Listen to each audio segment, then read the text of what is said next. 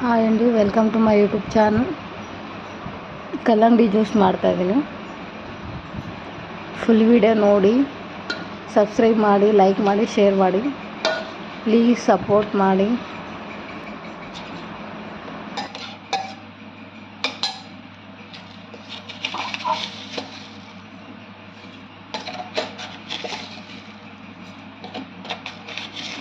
Mixie ಮಾಡೋಕ್ಕೆ current ಇರಲಿಲ್ಲ, ಹಂಗಾಗಿ ಮ್ಯಾಶ್ ಮಾಡಿದೆ.